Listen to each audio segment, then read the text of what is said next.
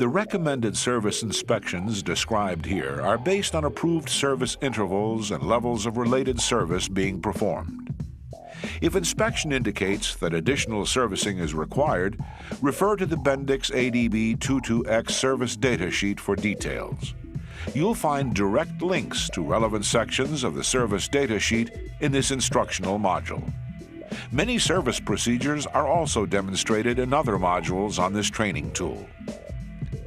Although servicing is similar on all vehicle axles, be aware that brake accessibility will vary according to the application. When servicing a vehicle, always follow your shop's safety procedures, especially when it comes to securing, lifting, and supporting the vehicle. Regular inspection of a vehicle's air disc brakes is part of normal operating shop procedure and vehicle maintenance.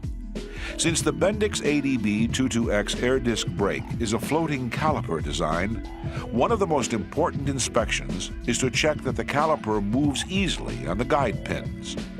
This should be checked every time you work under the vehicle. To check for ease of movement, push and pull the caliper fully outward and inward.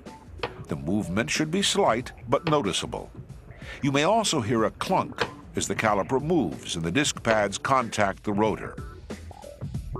Next, verify that the adjuster cap and the guide pin covers are all securely in place. Another regular inspection of a vehicle's air disc brakes is to check the running clearance. This is done by pushing the caliper assembly inward while holding the inboard pad toward the rotor and checking the running clearance between the inner pad back plate and each tappet. The clearance should be within 24 and 43 thousandths of an inch. If it is not within these limits, your next step is to confirm whether the adjuster mechanism is functioning properly. If this inspection is required, first remove the inner brake pad assembly. For details on this procedure, refer to the brake pad module on this CD. Then remove the adjuster cap to expose the shear adapter and attach a 10mm boxed end wrench to the shear adapter. The wrench must have the clearance to turn freely, at least 180 degrees in a normal tightening fashion. Now apply the brake twice at approximately 30 psi and check to make sure the wrench rotates clockwise and then stops with each brake application. If it does not, then the caliper assembly must be replaced. The next inspection is to visually inspect the inner and outer brake pads for excessive wear. Check to see if either pad appears to be approaching the minimum lining thickness of 79 thousandths of an inch, approximately the thickness of a nickel, anywhere along its length. If that appears to be the case, an actual measurement of the pad's total thickness is required.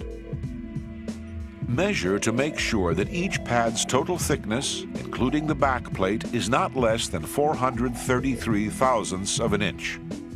If either pad is less, then all brake pads on the axle should be replaced. As you inspect the brake pads, you may see minor damage at the edge of the pad material.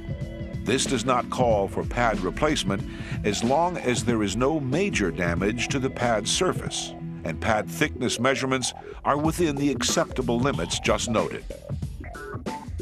Next, measure the rotor thickness and inspect the rotor surface. Minimum rotor thickness is 1.457 inches and should be measured at several points. Check the rotor for signs of wear, damage, and heat cracks. Small heat cracks like these are allowable.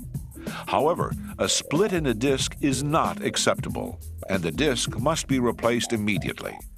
For details on the procedure, refer to your vehicle service guide. The last service check covered in this module is to visually inspect the external seals for damage. These include parts like the adjuster cap, the seals on the large fixed and short floating guide pins, and the tappet boots. If any inspections result in a need for replacement parts, Referring to the brake assembly part number label will help you identify the proper service kit. For optimum performance and service life, always use genuine approved service replacement parts on Bendix air disc brakes.